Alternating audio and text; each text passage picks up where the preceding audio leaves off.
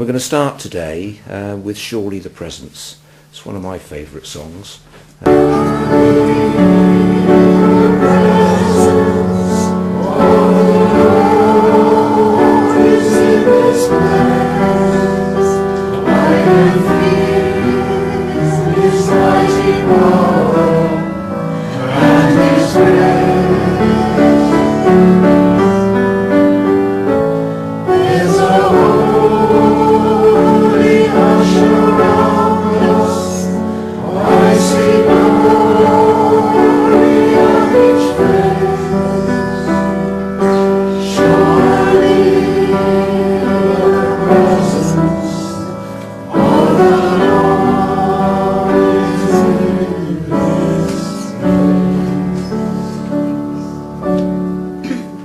Thank you, I love that.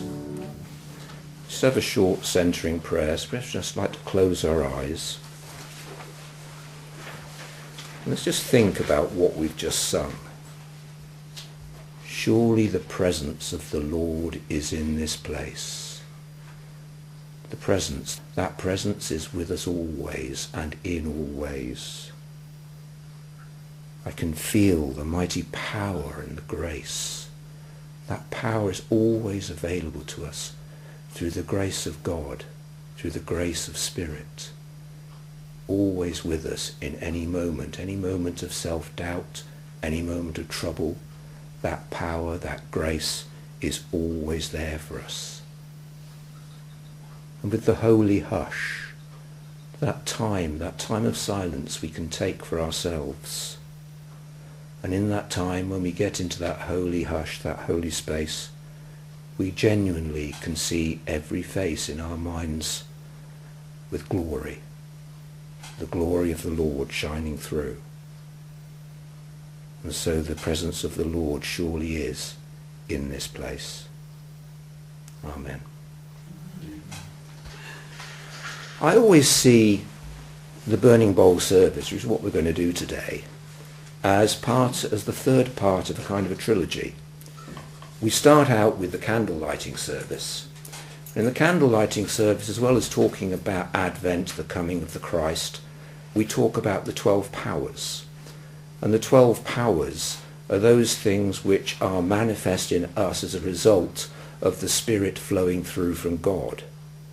And so those 12 powers, life, the thing that energizes us, our imagination which fires us, the power that we have to implement any of this, the will that we possess to get it done, the spiritual understanding which underpins all, the enthusiasm or zeal, and the forgiveness, the letting go. And that's what we're doing a bit about today, is the letting go.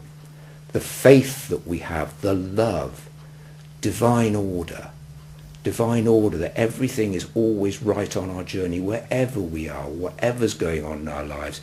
It is in divine order. It is part of our journey. It's happening for a reason. We may not know why at that particular point, but we will always gain and benefit from it. Wisdom, which allows us to understand what's going on and to make right choices, and the strength to see it through. Those 12 powers are the enabler that allows us to go forward. And then Christmas, the second part of the trilogy, metaphysically is the rebirth of the Christ.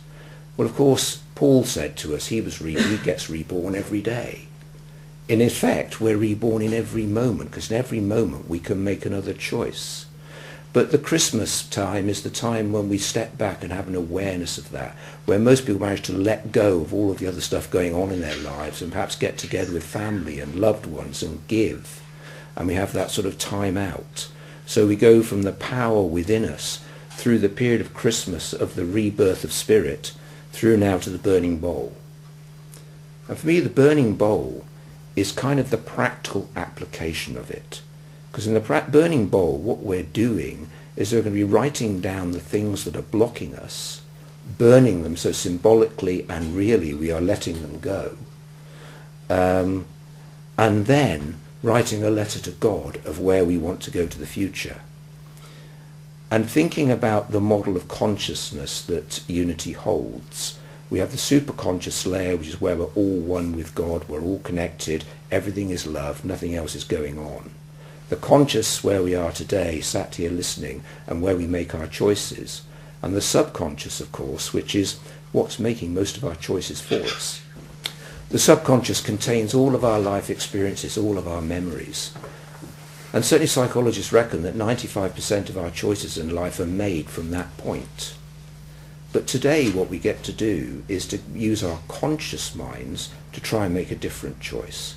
Because it's only through making the choices that change what's going on in our subconscious can we materially affect our lives going forward. And really that's what today is about.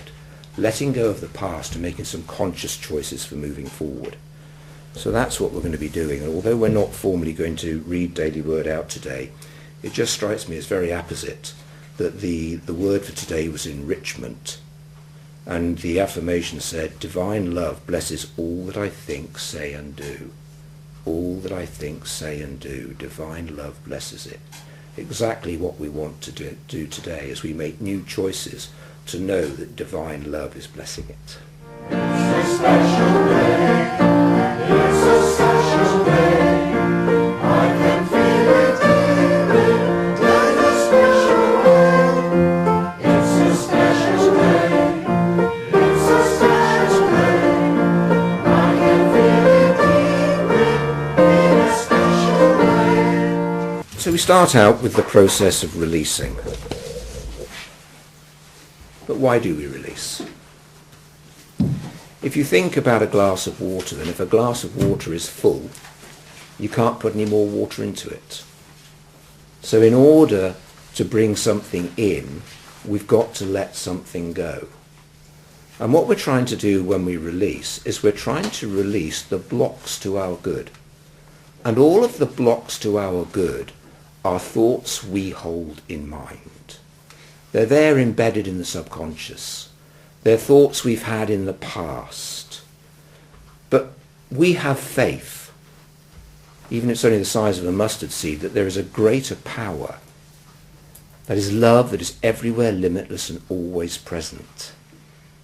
And in Unity we describe ourselves as part of this presence and power. God, one with this activity of love. And this power is always here working for us. We block our good. Nothing else.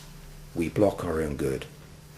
And so what we want to do today is to look at how we can start releasing some of those blocks. And they could be anything.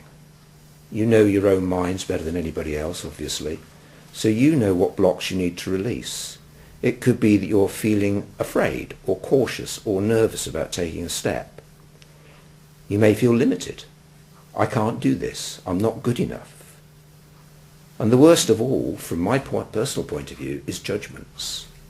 There's no God out there that's going to judge us. The only person that judges us is ourselves. And we are our worst judges. You know, we decide we can't do something or we don't want to do something or whatever it is. That's a judgment we each make. And all of those judgments, if we choose to, can be released. Another good one is busyness, isn't it? We make ourselves busy. I'm so busy I can't possibly do anything else. We're just busy, busy, busy, busy, busy. And actually then we don't get the opportunity to do things. So stopping being busy. For me, for those of you who know me well, I mean, I sort of was made redundant from my work about 3.5 years ago. I went through a dreadful time because suddenly I had nothing to do. I had to deal with me. Well, that's not fair. You know?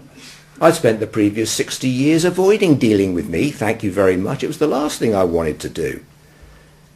So we make ourselves busy and we avoid things. Or we get into a state of lethargy. Well, I can't be bothered. They're all attitudes of mind. It's our response to it. It's the mental attitude we have in those mental blocks. So what we're going to do, we're going to do the release statement 3 times. We're then going to sing Open My Eyes. What you're then going to do is you're going to write down on that piece of paper the things that you want to release, that thin piece of paper, yes, a bit like toilet paper, bless it. It's very thin, and it's very thin because it burns easily. So you're going to write on there what you choose to release. And you might want to start with something like, I release and let go of, and do a list. I release, let go, and make space for God. I release, let go, and make space for God. I release, let go, and make space for God.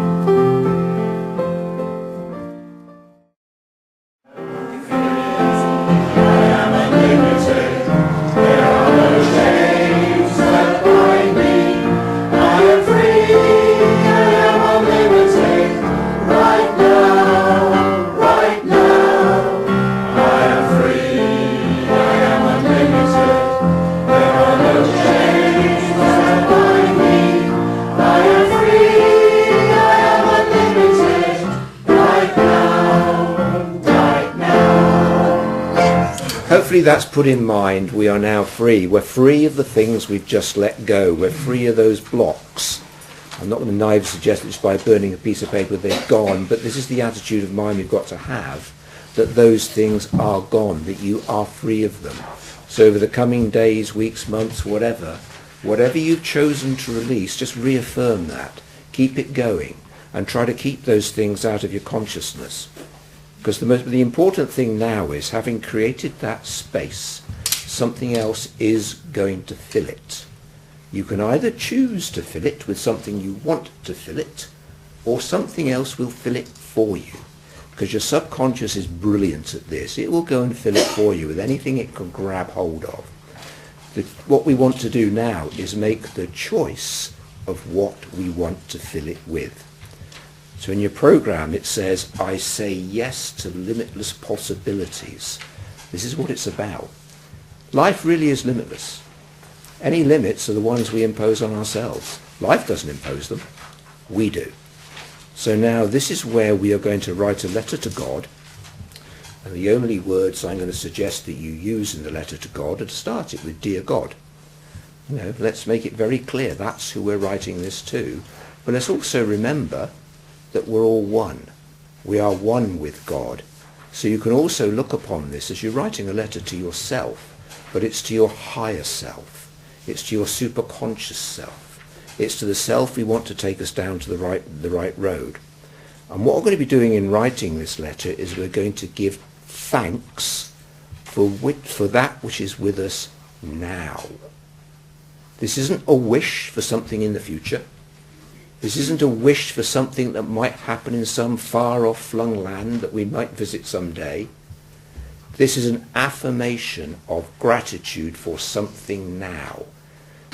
Let's just have a couple of minutes of silence so that you can let thoughts come to you. And what I'm going to suggest to you is, first of all, you just clear your mind, let it empty, and then let things come to you. Let the thoughts come to you about something you really want in your life, except let's get rid of the word want, about something you're having in your life, that you're going to affirm in your life. Let's just take those couple of minutes.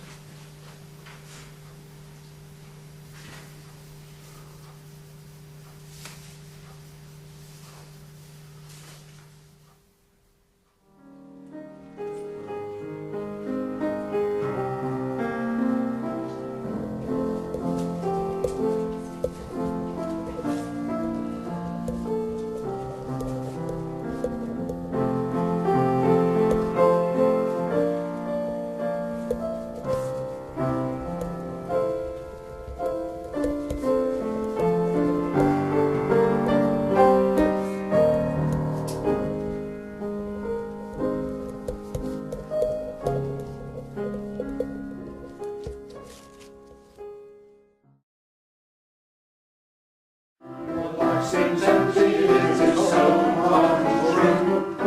There's a mighty presence making all things new. Miracles take place wherever you may be. Doing the God's love is with you constantly. Count your blessings, name them one by one. Count your blessings, see what God has done.